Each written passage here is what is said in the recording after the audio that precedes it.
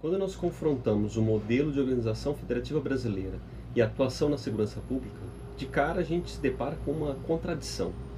Conforme a Constituição de 1988, a grande competência dos Estados Federados é a segurança pública. Isso a gente verifica de forma até visual. As fardas dos policiais militares estaduais são diferentes, os distintivos dos policiais civis também, né? Enfim, trata-se daquilo que a gente pode chamar de federalismo centrífugo, no caso da segurança pública. Ou seja, os estados é que são os grandes responsáveis por essa matéria. Agora, por outro lado, em quase todas as demais áreas, a gente pode falar, saúde, educação, etc., vigora aquilo que a gente pode chamar de um federalismo centrípeto, né, em que a atuação do governo federal acaba sendo mais intensa. A função primordial da segurança pública, portanto, recai nos estados, enquanto nas demais áreas a União e os municípios também atuam. Isso tudo dentro desse constitucionalismo brasileiro de 1988. Agora, o fato é que a realidade é que o próprio paradigma constitucional atual, esse que eu mencionei, de 1988, não deu aos estados uma competência legislativa para que pudessem atuar segundo as suas próprias especificidades. Vou dar um exemplo. Um estado não pode alterar alguma regra da lei de execuções penais, como para agir de modo mais incisivo contra milícias ou facções criminosas que atuem particularmente naquele determinado estado. Isso até seria possível, tá, se aquilo que está no artigo 22, parágrafo único da Constituição, fosse aprovado. É que ali há uma previsão para que uma lei complementar autorize os estados a legislar sobre questões específicas das matérias relacionadas no caput daquele artigo, que trata de competências privativas da União, né? É o tema do artigo. O fato é que até hoje o Congresso Nacional nunca aprovou lei complementar nesse sentido. Então, uma das razões, né, para que isso aconteça, segundo vários juristas, é que no Brasil vigora um certo preconceito de que delegar competência legislativa é perder poder. Bom, a dificuldade para os estados enfrentarem o desafio da segurança pública, ela claro que não se limita a essas limitações legislativas, né? A gente vê cotidianamente como há um esgotamento fiscal dos estados. Essa crise financeira, ela assola estados de todas as regiões do país. A gente vai ao Rio Grande do Sul, Rio Grande do Norte, Rio de Janeiro, Minas, enfim.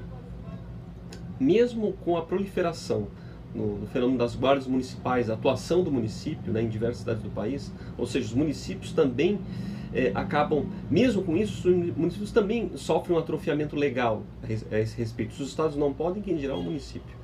Então, até porque a função legal das forças municipais, ela é de caráter patrimonial. Claro que diante da realidade, na prática, muitas delas têm atuado, né, de forma incisiva, né, sobre a violência criminal local. Agora, é interessante até essa questão do município, que o Brasil é talvez um dos poucos no mundo, se não o único, em que o município não está inserido constitucionalmente na segurança pública. É espantoso até o caso. É claro que isso gera uma série de dúvidas, né, por exemplo, a respeito do próprio poder de polícia dos agentes municipais, ou debate sobre a permissão de portarem ou não arma de fogo, algo que até foi plebiscito em algumas cidades, como no caso de Niterói em 2017. A União, agora tratando da União, por sua vez, também não conta com uma polícia preventiva, digamos, uma guarda nacional preventiva, em que seja o caráter principal esse caráter preventivo, né? O que existe é uma Força Nacional de Segurança Pública, que foi criada pelo Ministério da Justiça em 2004, mas que nem mesmo se caracteriza como polícia. Embora tenha adquirido funções de polícia ao longo dos anos, na prática, ainda assim é uma instituição sem uma base constitucional. No caso da Polícia Federal, tão visível, né, cotidianamente, ela é uma polícia judiciária da União, e não de caráter preventivo, a priori. E aí, resta a gente perguntar, e as Forças Armadas? Tampouco, obviamente, são polícias. Elas são constituídas pela Marinha, pelo Exército e pela Aeronáutica. As Forças Armadas são instituições nacionais, permanentes e regulares, destinadas primordialmente à defesa da pátria e à garantia dos poderes constitucionais, mas também, na medida em que incitadas, né, por qualquer um dos poderes constitucionais, elas podem agir para aquilo que a gente chama de, ou a Constituição chama, garantia da lei e da ordem. E é justamente aí que entra o centro da nossa conversa. As operações de garantia da lei e da ordem, as chamadas GLOs, né, tão comumente falado, esse cabe exatamente no que a gente está discutindo agora. A princípio, não cabe às Forças Armadas atuarem na segurança pública. No entanto, pelas razões que a gente já expôs aqui, pela deficiência, e limitação dos estados, o próprio modelo federativo brasileiro levou a um uso comum das GLOs, né? Trata-se de um emprego repetitivo, de alguma maneira, de exército e marinha, atividades que seriam eminentemente de segurança pública. Então, uma missão de GLO só acontece por ordem expressa do presidente da República, quando há uma constatação de esgotamento das forças tradicionais, né, das forças regulares de segurança pública, e nos casos em que se averigua graves situações de perturbação da ordem pública. É até curioso como até 1999 as missões de GLO não tinham regramento legal preciso. Talvez a gente pode pensar que não se esperava que esse instrumento fosse tão comum, tão corriqueiro. E aí foi só em 1999 que a Lei Complementar 97 foi aprovada e aí dispôs, né, normas de organização, preparo e emprego das Forças Armadas em GLO. Claro que essa lei sofreu diversas alterações, né, inclusive tem um decreto de 2001, número 3.897, e que ele foi feito justamente para fixar melhores diretrizes para esses empregos, né, das Forças Armadas. Também vale ressaltar que nem todas as atuações das Forças Armadas no âmbito civil público, elas são caracterizadas por GLO, né? Aqui, mas é interessante que naquilo que compreende GLO, missão de GLO, o Ministério da Defesa fez um cálculo que de 1992 a 2019 foram 135. A primeira foi a ECO, foi no Rio de Janeiro, com o evento da ECO 92. Autoridades mundiais estiveram presentes no evento sobre questões ecológicas e ambientais. E a última está acontecendo agora, vai até março, em Roraima, né, para a relação sobre a questão dos refugiados venezuelanos naquele estado.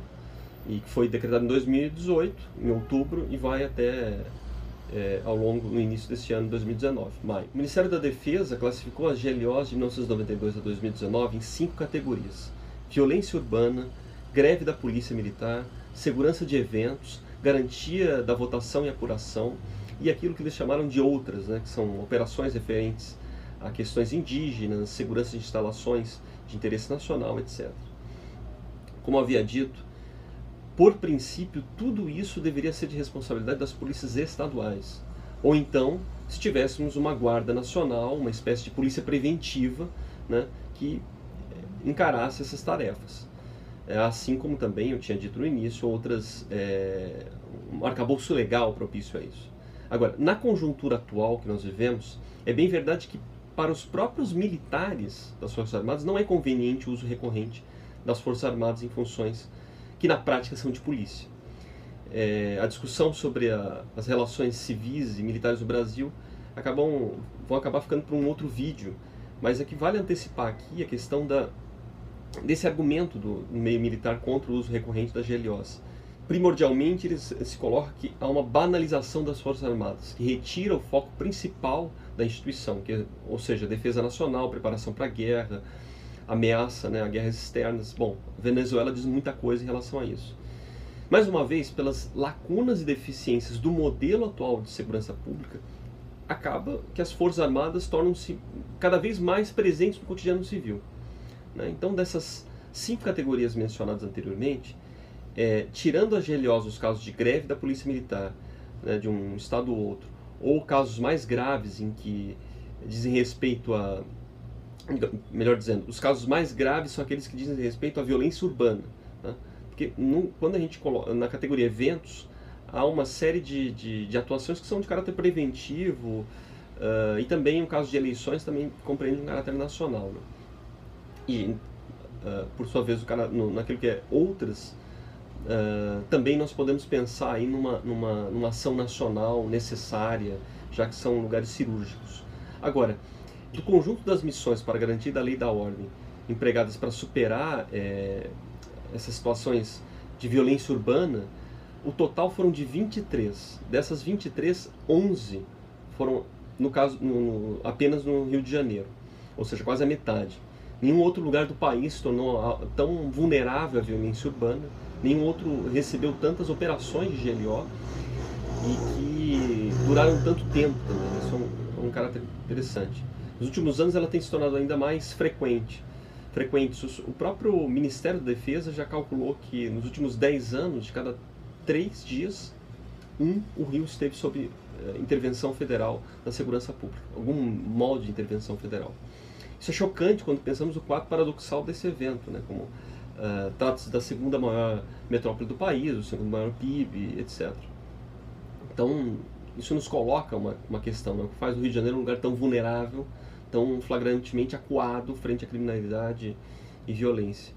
Então, essas especificidades, é claro que a gente vai analisar em outros vídeos, em outros momentos, né? Em que a gente vai até fazer um balanço da intervenção federal. O interessante é encarando essas características, né, das GLOs, tendo em vista que os casos mais graves são de violência urbana, é pertinente pensar como o Rio de Janeiro é o lugar em que há maior demanda nesse sentido, né? Então isso a gente vai continuar abordando em outros vídeos. Espero que vocês tenham gostado, curtam, compartilhem em redes sociais, Facebook, WhatsApp, etc. Meu nome é Luiz Ramiro e esse aqui é o Paladino.